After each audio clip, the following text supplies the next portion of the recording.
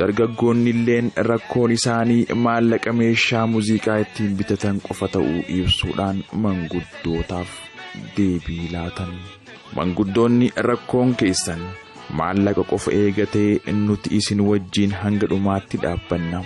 Waan maallaqaatii fi meeshaa ammayyaa nurratti dhiisaa. Isin garuu dirqama lammummaa bahuu qabdan. Muuziqaa Oromoo ammayyeessuu qabdan jechuudhaan dargaggoota onnachiisanii kakaasan.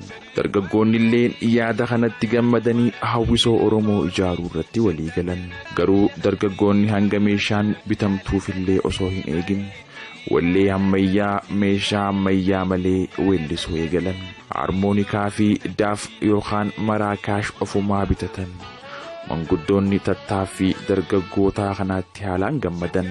Kanaan maayyii manguddoonni maallaqa walitti buusanii meeshaa muuziqaa kan akka harmoonikaa, saaksifoonaa, akkoordiyoonii, turumpeetaa fi gitaara bitanii dargaggoota kanaaf kennan. Nama ogeessa muuziqaa barsiisuu ogeessa tokko miindeessanii leenjitti galchan. Maqaas hawwisoo afran qalloo jechuudhaan moggaasan. Yeroo gabaabaa keessatti hojii quubsaa fi gammachiisaa hojjechuu danda'an.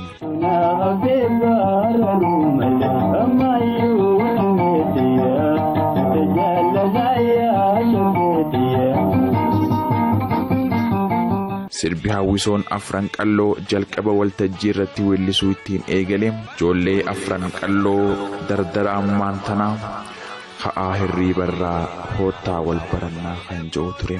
Kana malees sirboota akka onneetoo madooytuu, sirba booyyaa onnee gubattee, asheeta shumburaa, akkam jirtan, jiidhi hin jabaatin, bareedduu siyaaduun dhiisuu fi kanneen kana fakkaatan ture. Sirbi biroo kan hawwisoon afran qalloo jalqaba sirbaa turte. Yaa ibsituu akka aduu, ansi maleen taraaduu, siitaniin barbaadu. Oobsimeetti dhiisii guyyaa fidaa bar'isiisii kan jiru sitti jira.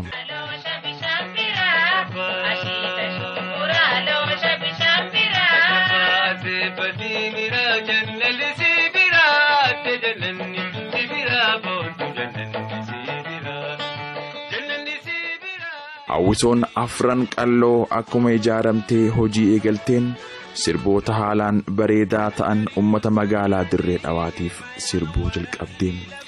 Akka odeeffannoo Muhammad Sheek Muhammad Bookee fi Ibrahim Haaji Ali irraa himametti miseensonni ciccimoo fi hangafoowwan afran qalloo Abubakar Musaafaa wajjin ta'uudhaan kan ijaaran keessaa Ismaa'il Muhammad Adam Musa, Suleymaan Yusuf Ibrahim, Muhammad Yusuf Adam, Salih Muhammad Boru, Ali Ahmad Ali, Abdullah Muhammad Umar, Abdurrahman Yusuf Umar, Ibrahim Muhammad Adam Musa, Abubakar Muhammad Adam Musa, Ali Shabbo Wado, Yunus Abdullahi Alisho, akkasumatti illee Ali Birraa faadha turan.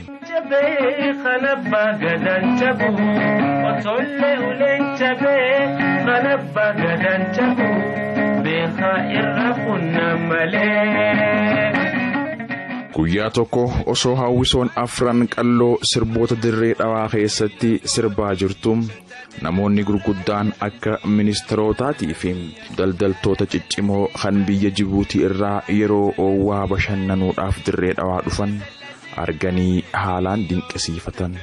Ismaa'il Muhammad Adam ijoollummaa isaatirraa jalqabee nama Oromummaa